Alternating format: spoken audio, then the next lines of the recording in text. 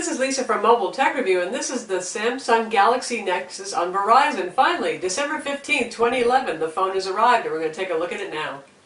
So this is the Samsung Galaxy Nexus on Verizon. This is the LTE version, and it's a little bit thicker, but still a pretty slim phone. It's got that Nexus S kind of curve that I really like. It's got the contour curved glass here, and a little bit of a chin, but it only weighs 5.1 ounces, so it's a fairly light phone.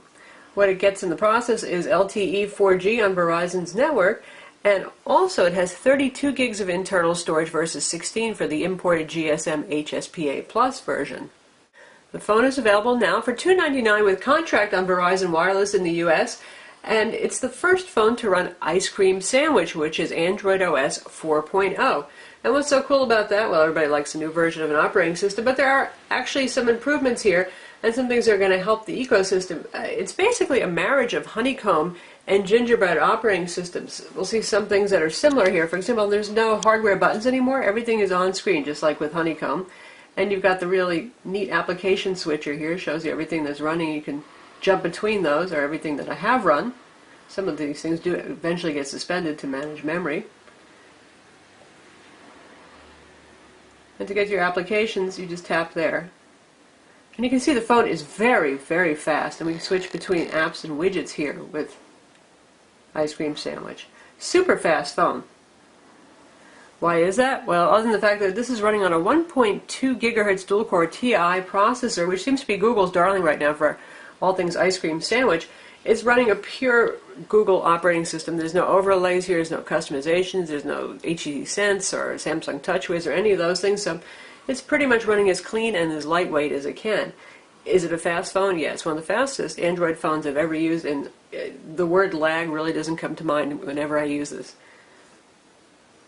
You've got your launcher dock right here, pre-populated with phone. We've got the web browser, we've got messaging, that kind of thing. And if you want to see the widgets that are available, we'll take a look here. I've only got a few running. I've got an analog clock, which disappears on this wallpaper. By the way, the wallpapers that come with this are as deadly dull as ever on vanilla Android devices. I don't know, Google just really needs to hire graphic artists because they're just not very exciting. But you can load your own wallpaper and spiff this guy up. So as we take a look at the widget options over here, you can see analog clock, bookmarks, Google Books. A lot of these are carryovers from previous versions of Android. Calendar widgets, contacts widgets, direct dial, all that kind of stuff, your Gmail, your email, Google Maps widget, Google Plus. This is big on Google Plus integration, Google social networking, and it's got the Google Plus application, obviously the widgets and Hangouts, everything you can want for that. Shortcut to the market, media player controls, photo gallery, the wireless controls right here, and a shortcut to settings, and then the YouTube widget. So that's your basic standard Google set of widgets, no customizations again. Now, since this phone is on Verizon, it gets just a couple of apps from Verizon.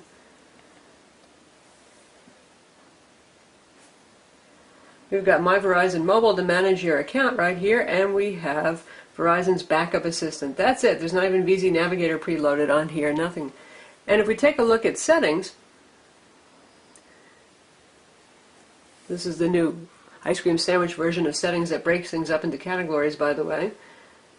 You can see that NFC is indeed enabled on the phone, and there were some rumors about Verizon killing NFC. You can't download Google Wallet for this from the market, but then again, we haven't been able to do that in Galaxy S2s with NFC built in and such. We've got Android Beam, and that's to connect to other Android phones that have NFC.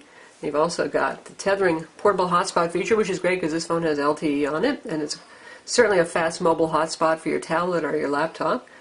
And we've got Wi-Fi Direct as well, and VPN access. While we're looking at settings, since the Nexus line historically has been for developers, now not so much, obviously it's also for consumers, but we've got developer options here, all sorts of stuff. USB debugging and stay awake are not so surprising, but we've got strict mode for UI, pointer locations. You've even got show CPU usage as an overlay on top of your apps, forced GPU rendering, all sorts of really geeky things for those of you who are developers or who are into more arcane settings on your phone. Backup and reset has now become option to back up my data first, and then you can factory reset the phone if you want. Other than that, it won't be too unfamiliar to those of you by any means who are used to gingerbread phones or even honeycomb tablets. Go back to the desktop here, and if there's something on your desktop you don't want, just drag it and remove it, pretty much like honeycomb. If there's an application you don't want anymore, other than the ones that are built into ROM, for example, Google Books, can't do anything with that except for put it on, make it a shortcut, or get information on it. But say I don't want the AnTuTu benchmark application anymore, one of my options here is uninstall. The Galaxy Nexus has a gig of RAM, it has Wi-Fi 802.11bgn, Bluetooth 3.0, a GPS, a 1.3 megapixel front video chat camera that works with Skype and Google Talk, and we tested with Skype, it works very nicely. And on the back here, you've got a 5 megapixel camera that can shoot 1080p video. Now 5 megapixels isn't that exciting in terms of resolution, but it's an extremely fast camera, and Google is proud of it. They've been showing that off, and it takes nice panorama shots, and we'll look at that in a bit.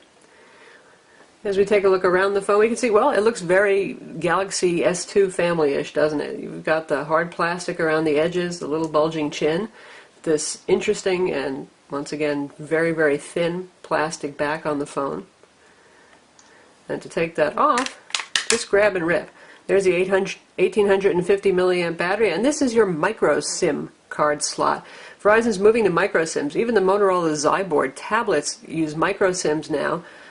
And the SIM card is used for LTE, but also for the phone's identity, much as that works with GSM phones. You still have 1X in here and CDMA, EVDO, Rev A for data, but if you take this SIM card out and you put it in another micro SIM compatible phone on Verizon, your phone number and your account information follow you. So it's pretty handy. No more dialing *228. In fact, with LTE phones, they say you should never do that.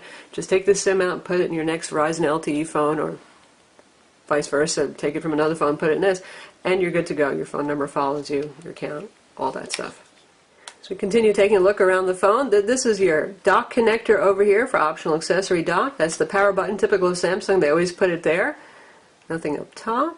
And over here we have the volume rocker, which is almost directly across from the power button, so you get that typical problem with Samsungs. If you squeeze the phone, you're going to hit one or the other or both when you didn't mean to.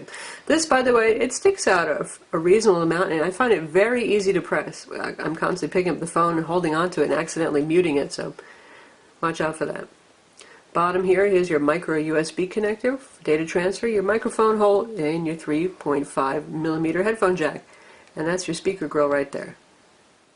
Your minimalist dialer screen here. Now this is a 4.65-inch Super AMOLED display running at 720p. That means 1280 pixels by 720 pixels. So it's a large screen, but the phone isn't super huge either. Here it is compared to the Samsung Galaxy S2 Skyrocket on AT&T, one of AT&T's LTE phones, and that's a 4.5-inch phone. So you can see the size-wise, they're pretty close actually. Call quality on the Verizon Galaxy Nexus is superb. Really, it's about the best I have ever heard on Verizon. Nice, full, clear audio, every bit as good as the Galaxy S2 Skyrocket on AT&T. And here in the West, we tend to get better voice quality and reception, at least in our area of Dallas, on AT&T versus Verizon. But in this case, indistinguishably excellent. Call volume is pretty good as well, and speakerphone's not bad. It's not deafeningly loud. It's adequate unless you're in a super noisy location, in which case you're going to want to use a headset. A stereo wired earbud headset is included with the phone, made by Samsung. Of course, you can use Bluetooth headsets and car kits and all that kind of stuff with this too. Data speeds, rocking. Now you can see here in our offices, we have just one itsy little bar LTE. Right now we have probably 100 dB signal, not so good. But we drove around the Dallas area so we could see some better speeds. And you can see up top with about a 76 to 84 dB signal, we got some phenomenal speeds. 20 megabit down, 33 here, almost 20, 28. And upload speed 16.8 almost, 15, 16. And then here in our offices, we barely have any signal. We still got pretty respectable speeds for download. At least we got 10.9 and 12.7. Upload speeds really did start to suffer some of the time, but we got 2.7 there, and then sadly under 1 megabit once. But again, that's with almost no LTE signal whatsoever. The phone behaves pretty well. Speaking of poor signal area, my Droid Bionic used to thrash back and forth between LTE and 3G EVDO all day long, killing the battery, and this guy manages to be stable. If it gets that one bar of LTE, it really manages to lock onto it most of the time, so I'm not seeing that problem with signal waffling back and forth and resulting battery drain.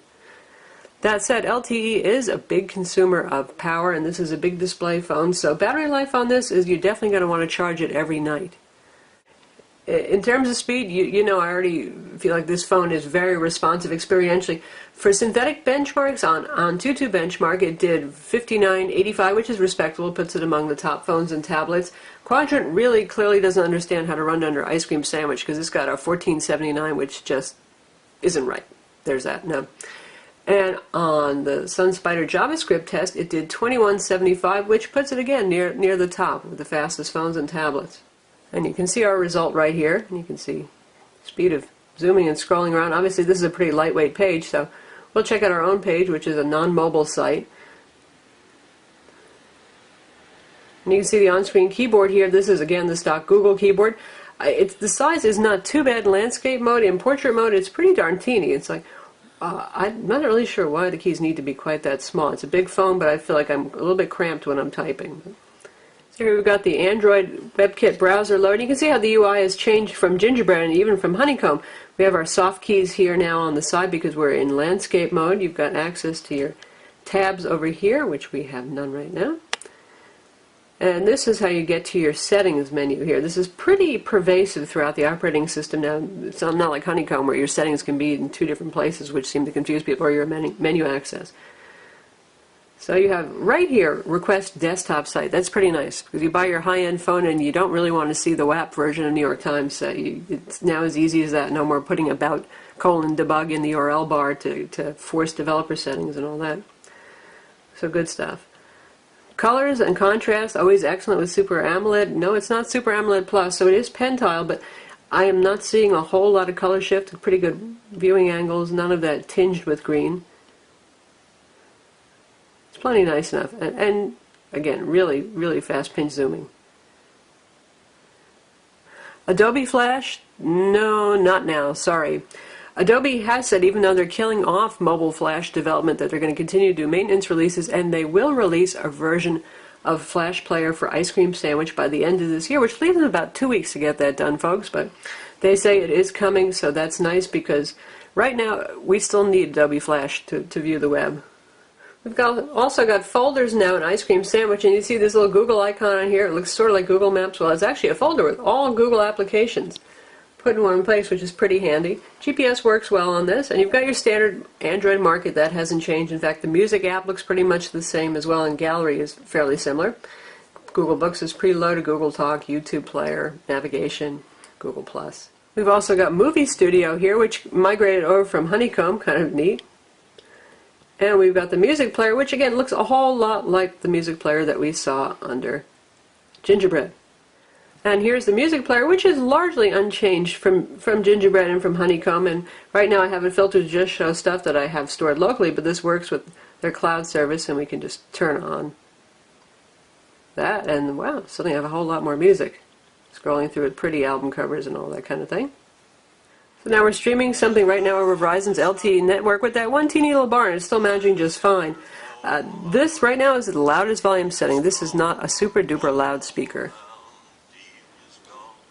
The audio quality, however, is nice. It's reasonable bass for a phone speaker, and it sounds pleasing. And yes, it can run in the background while you do other things, if you want to listen to music. And now we're in the Gallery application. We're going to play a 1080p high-profile video, which will be no problem for the phone.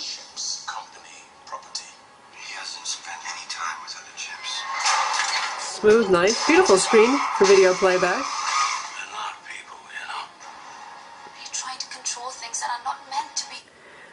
And this is an MHL compatible connector down here, so if you have one of those little $20 MHL adapters, you can plug this into your HD TV or your HD monitor to watch content there. And we'll show you that. Now we'll plug it into our HD TV. And now we've got the Galaxy Nexus plugged into our MHL adapter. This little dongle over here, which also you plug in your phone's charger into that. Standard HDMI cable. Are you trying to control things that are not Audio meant to and be video out controlled? to the TV.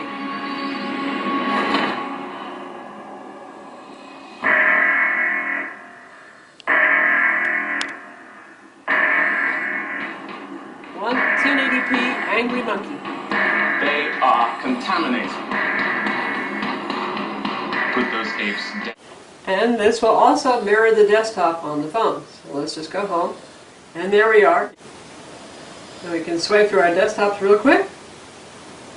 Do everything we would normally do with the phone. And while we're here, to show you gaming, instead of using the small screen, we're going to do this on the HD TV. Now we tried Asphalt 6 HD, which ran through the whole setup just fine and then crashed when you actually wanted to race. So we're going to switch over to Need for Speed Shift instead. And that's something to remember. If you're an early adopter, Ice Cream Sandwich, not all apps are compatible. Even if they show as available in the market, they may or may not work.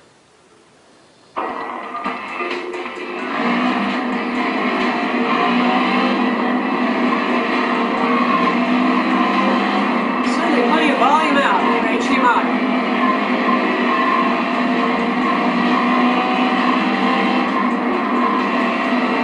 That's great.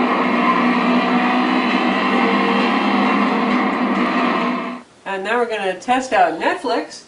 And as you can see, Netflix runs in portrait mode, and the phone does not actually rotate for HDMI out, so you're going to be, well, turning your head sideways and stretching your neck a little bit. But once it starts playing, it'll switch to landscape mode. Now Netflix's streaming quality isn't super duper high, so we're stretching it out here to 46 inches, which is a bit much for mobile quality, but you get the idea. Works just fine.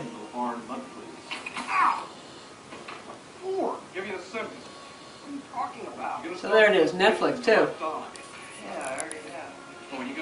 Next, let's take a look at the camera. Again, 5 megapixel main camera, but the neat thing is how fast it is and the fact that it can do pretty good panorama shots. So we've got a couple of things set up here.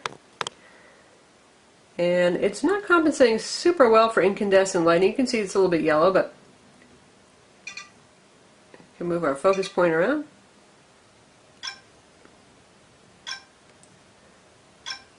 That fast. And to access settings, you hit the ellipsis and you can see all your various settings that are available over here. Flash, for example, EV compensation, that kind of thing. Let's say we want to shoot a panorama picture.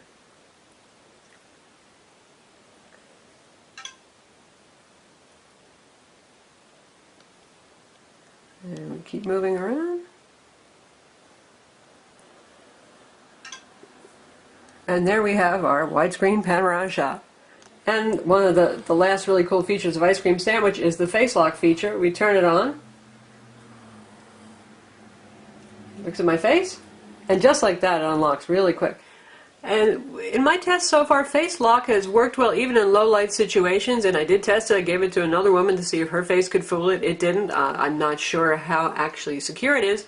Google does tell you when you set up that using a pin or a pattern unlock is more secure, but it's pretty neat and pretty quick. That's the nice thing about it. You don't turn it on and wait and futz with it and wiggle your face around like you do with some notebooks that use a facial login. It's really very fast and convenient here. So that's the Samsung Galaxy Nexus on Verizon. It's available now for $299 with contract, LTE, Ice Cream Sandwich goodness. Is this one of the best phones on Verizon Wireless right now? No doubt it is. Now, Ice Cream Sandwich shouldn't be your only decision point. If you're looking to always get updates quicker than everybody else, then it really helps to have a Nexus phone because you will get OS updates quickly. But beyond that, in a month or two, the HTC Resound, the Droid Razr, they're all going to have Ice Cream Sandwich too. And then you're going to have to look at these phones based on their other merits, hardware, and whether you prefer the clean OS or the embellishments that Motorola or HTC or Samsung adds to other phones. But I would say I think it's going to hold up really well even still. It's just ergonomically, it's a pleasant enough phone to use. The screen is very nice. The HD Super AMOLED display is lovely, and I'm really not bothered by pin tile grain or green shift or anything like that on it. And it's extremely fast. And so far it's been very stable, more so than my Droid Razr or Droid Bionic, with holding onto an LTE signal and not flopping back and forth. The one drawback with all Verizon LTE phones, you can see right now our battery indicators dropped quite a lot just during the period of doing this review. So you might want to pick up a spare 1850 milliamp battery. But again, that's a problem with all LTE phones on Verizon. I'm Lisa from Mobile Tech Review. Visit our website for the full review, and don't forget to subscribe to our YouTube channel.